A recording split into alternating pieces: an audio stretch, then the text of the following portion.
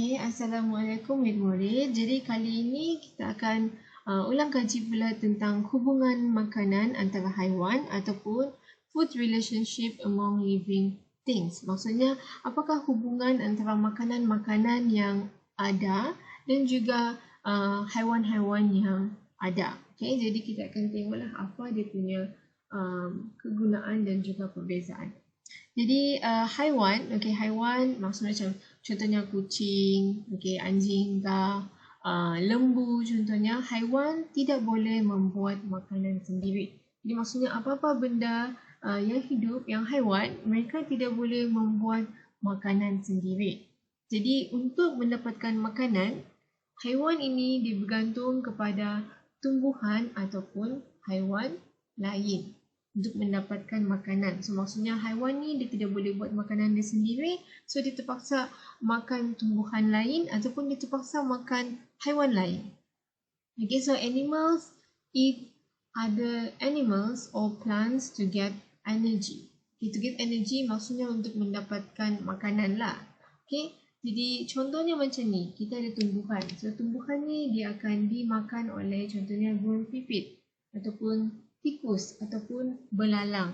Sebab burung pipit, tikus ataupun belalang ni mereka tidak boleh membuat makanan sendiri. Jadi mereka terpaksa lah, bukan terpaksa, mereka makan. Mereka makan contohnya macam padi. Okay, jadi sebab mereka tidak boleh membuat makanan sendiri, jadi mereka akan makan tumbuhan. Okey, dan juga ada haiwan yang makan haiwan lain. Contohnya macam ni, kita ada ular. Okey, kita ada ayam dan juga kita ada helang. So, haiwan-haiwan yang ni mereka akan makan haiwan lain untuk mendapatkan makanan ataupun mereka akan makan haiwan lain untuk mendapatkan tenaga, energy. They will eat other animals to obtain energy. Jadi contohnya macam ni, ular ni dia akan makan burung pipit ni. Lepas tu helang ni dia akan makan ular.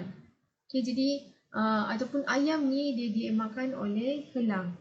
Jadi itu menunjukkan haiwan dia akan makan tumbuhan ataupun dia akan makan haiwan lain untuk mendapatkan makanan, untuk mendapatkan tenaga, untuk mendapatkan energi. Jadi kita tengok slide seterusnya. Rantai makanan, food chain. So apakah itu rantai makanan? Apakah itu food chain? Kita semua pernah belajar dekat kelas, tapi kita akan belajar balik. So rantai makanan, food chain adalah hubungan makanan antara hidupan dalam sesuatu habitat. Okay, a food chain is a good relationship among living things. So rantai makanan adalah hubungan makanan. So makanan dan juga hidupan dalam sesuatu habitat. So habitat ni kita ada banyak. Kita ada habitat sawah padi, kita ada habitat hutan, kita ada habitat air laut. Jadi maksudnya sesuatu habitat contohnya macam sawah padi. So sawah padi kita ada hubungan makanan dan juga hidupan. Kita ada sawah padi, kita ada contohnya tikus, kita ada ular, kita ada helang contoh. So dalam sesuatu habitat, contohnya macam sawah padi, dia ada hubungan-hubungan antara makanan-makanan, contohnya macam sawah padi dan juga hidupan-hidupan di dalam sesuatu habitat. Contohnya macam tikus, helang, ular. Okay? Jadi a food chain is a food relationship among living things. Apa-apa benda yang hidup, biarpun tumbuhan ataupun haiwan, itu adalah relationship. Okay? Dia ada hubungan antara tumbuhan dan haiwan, dikenali sebagai rantai makanan, dikenali sebagai food chain. So all food chain starts with green plants as producer. So maksudnya rantai makanan ataupun food chain ni dia akan mula dengan tumbuh-tumbuhan. Dia akan mula dengan tumbuh-tumbuhan sebagai producer, sebagai pengeluar. So, maksudnya bila kamu nampak rantai makanan dekat soalan, dekat latihan ataupun peperiksaan, mesti mula dengan tumbuh-tumbuhan. You will always start with the green plants as producer. Dia mesti mula dengan tumbuh-tumbuhan sebagai pengeluar. Okay, so green plants do not eat to get energy. So maksudnya tumbuh-tumbuhan ni mereka tidak perlu makan. Mereka tidak perlu makan untuk mendapatkan tenaga. They get energy from sunlight. So maksudnya mereka mendapatkan tenaga daripada matahari. Thus, the sun is the main source of energy in the food chain. So contohnya macam ni lah tumbuh-tumbuhan ni. Okay, kita ada sawah padi, kita ada tumbuh-tumbuhan ni. Yang tenaga utama adalah matahari. Okay, tenaga utama adalah matahari. So tumbuh-tumbuhan contohnya macam tumbuhan ni, mereka tidak perlu makan tumbuhan lain ataupun mereka tidak perlu makan haiwan lain. Contohlah, walaupun memang mereka tak boleh makan sebab mereka mendapatkan tenaga daripada matahari. They obtain the energy from the sunlight. They do not have to eat other plants. They do not have to eat another animals because they obtain energy from sunlight. Okay, so kamu kena hafal lah. Sun is the main source of energy. Matahari adalah tenaga utama dalam rantai makanan. Jadi soalnya soalan macam tu lah dia akan tanya dalam soalan objektif. Sebab dia senang untuk hafal matahari. Matahari lah sumber tenaga utama. Okay, jadi dalam sesuatu rantai makanan, okay, animals are the consumer in food chain. Maksudnya haiwan ni adalah pengguna. Maksudnya haiwan ni adalah yang tukang makan, okay, yang akan makan. Jadi a food chain can be arranged in a linear manner. Rantai makanan ini dia boleh disusun dalam satu garis yang lurus. So kalau kamu tengok sini kita ada producer iaitu pengeluar. Lepas tu kita ada anak panah dan kita ada primary consumer, pengguna. Dan kita ada lagi anak panah dan secondary consumer, anak panah, pengguna. So setiap kali kita ada tengok anak panah ni maksudnya dimakan oleh. Okay, producer ni dia dimakan oleh primary consumer, dimakan oleh secondary consumer. Pengeluar ni dimakan oleh pengguna, dimakan oleh pengguna kedua, sekunder. Jadi contohnya kalau kita ada sinilah tumbuhan, okay, kita ada padi, okay, contohnya kita ada padi, and then dia dimakan oleh contohnya tikus. Lepas tu anak panah ni maksudnya dimakan oleh ular, contoh. So tu adalah food chain. Dia boleh dilukis dalam satu bentuk linear, maksudnya satu garis yang lurus. Okay, jadi yang kamu kena hafal, anak panah ni maksudnya dimakan oleh. Okay, dimakan oleh. Jadi contoh-contoh habitat, okay, kita ada sini pengguna, pengeluar. Minta maaf, bunga adalah pengeluar. So bunga ni tumbuh-tumbuhan lah, dia adalah pengeluar ataupun producer, and then dimakan oleh belalang. So belalang adalah pengguna premier ataupun dalam bahasa Inggeris ini primary consumer, and then kita ada dimakan oleh tikus, pengguna sekunder ataupun secondary consumer, and then dimakan oleh ular. Ular adalah pengguna tertiary ataupun tertiary consumer. Okay, so tu adalah contoh rantai makanan. Okay, dimakan oleh. Jadi kalau kamu perasan sini, dia mesti mulakan dengan tumbuhan. Okay, dia mesti mulakan dengan tumbuhan. Tumbuhan adalah pengeluar dalam rantai makanan. Okay, plants are the producer in a food chain. Jadi kita tengok lagi contoh, kita ada habitat sawah padi. Okay, so habitat sawah padi ni maksudnya kita tengok haiwan dan juga tumbuhan, interaksi mereka dekat sawah padi. Okay, jadi itulah maksudnya habitat sawah padi. So kita mulakan dengan tumbuhan, plants, padi ataupun paddy, and then dia dimakan oleh belalang, dimakan oleh katak, dimakan oleh ular. Okay, ataupun kita ada satu lagi, paddy dimakan oleh burung pipit, dimakan oleh ular, snake, and then dimakan oleh burung helang.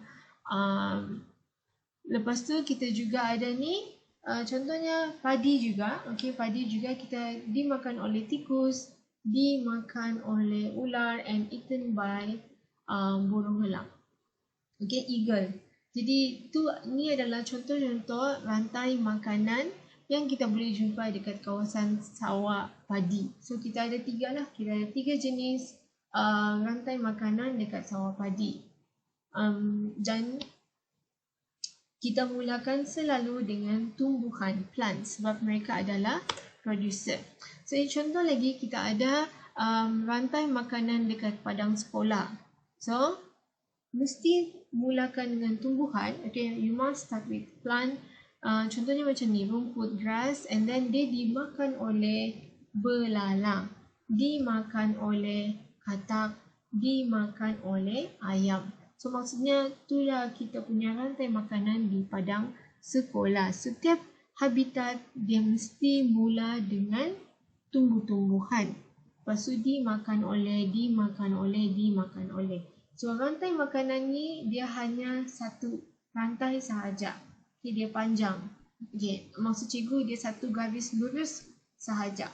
Okay, so maksudnya dia dimulai dengan tumbuhan dan akhir dengan pengguna ketiga, kriteria, iaitu haiwan.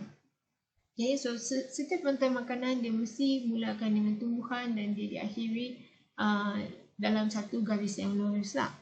Lepas tu contohnya kalau kita ada rantai makanan habitat kolam. Okay, habitat kolam. Jadi contohnya macam ni, kita mesti mulakan dengan tumbuhan lah, rumpai air. Lepas tu berudu. So berudu tu yang sebelum jadi katak tu. Lepas tu dimakan oleh ikan kecil. Ikan kecil dimakan oleh itik. Okay, so maksudnya tu adalah rantai makanan dalam habitat kolam. Maksudnya dalam habitat air. Jadi itu adalah contoh rantai makanan. Okey, di dalam satu garis linear, satu garis yang lurus. Okey, dia bukannya bercabang sana, bercabang sini, bercabang sana. Dia hanya satu garis linear sahaja, satu garis yang lurus. Okey, so seterusnya kita ada habitat hutan. So habitat hutan ni maksudnya dia berlaku dekat kawasan hutan lah. Okey, it happens inside the jungle ataupun jungle. Contohnya kita ada ni pucuk kayu. Okay, so pucuk kayu dia dimakan oleh rusa. Okay, rusa dimakan oleh harimau. So setiap kali kita buat rantai makanan, kamu kena ingat mesti mula dengan tumbuhan. You must always start with plant as our punya producer, kita punya pengeluar. Okay, so nanti cikgu akan terangkanlah kenapa kita mesti mulakan dengan tumbuh-tumbuhan. So contoh lagi kita ada habitat kebun bunga.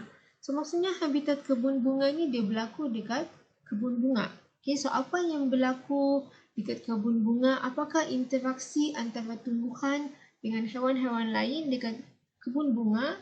Contohnya macam dekat sini kita mulakan dengan bunga. Okay, kita mulakan dengan bunga dimakan oleh rama-rama. Lepas tu rama-rama ni dimakan oleh burung pipit. So burung pipit ni dimakan oleh helang. So tu adalah hubungan antara tumbuhan dan juga haiwan-haiwan ni dekat kebun bunga. Okay? Tumbuhan dan juga haiwan-haiwan yang ada dekat ni adalah hubungan antara pengguna dan juga pengeluar yang dikenali sebagai rantai makanan. Contoh.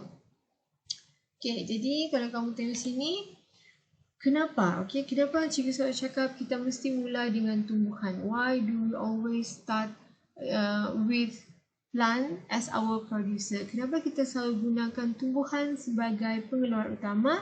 Ini adalah sebab. Okay, ini adalah sebab utama. Matahari pengeluar dan juga pengguna. So, matahari ialah sumber tenaga utama dalam rantai makanan. Okay, matahari adalah sumber tenaga utama dalam rantai makanan. Jadi, kalau kamu tengok sini, matahari lah. Matahari adalah sumber utama. Okay, ataupun dia punya main source. Okay, main source of energy. Matahari adalah sumber utama ataupun main source of energy, and then tumbuhan hijau menggunakan tenaga daripada matahari untuk membuat makanan melalui proses fotosintesis. So maksudnya tumbuhan ni dia akan ambillah matahari, dia akan ambil matahari ni untuk membuat proses fotosintesis. Fotosintesis ni adalah bagaimana tumbuhan hijau membuat makanan sendiri. Membuat makanan sendiri. So, dia ambil tenaga daripada matahari. Matahari adalah sumber utama kita, main source, so dia akan ambil daripada matahari. And then, tumbuhan merupakan pengeluar utama kerana dapat menghasilkan makanan sendiri dengan menggunakan tenaga daripada matahari. So, maksudnya tumbuhan, contohnya macam jagung ni, dia boleh menghasilkan makanan sendiri. Tumbuh-tumbuhan tidak perlu makan tumbuhan lain ataupun tumbuh-tumbuhan tidak perlu makan haiwan lain untuk mendapatkan tenaga untuk mendapatkan makanan. Mereka mendapatkan tenaga hanya daripada matahari sahaja. Sebab itulah matahari adalah sumber utama, main source of energy. Jadi tenaga daripada tumbuhan dipindahkan kepada haiwan apabila haiwan memakan tumbuhan. Jadi kalau kamu tengok sini, tenaga daripada matahari ni dia dipindahkan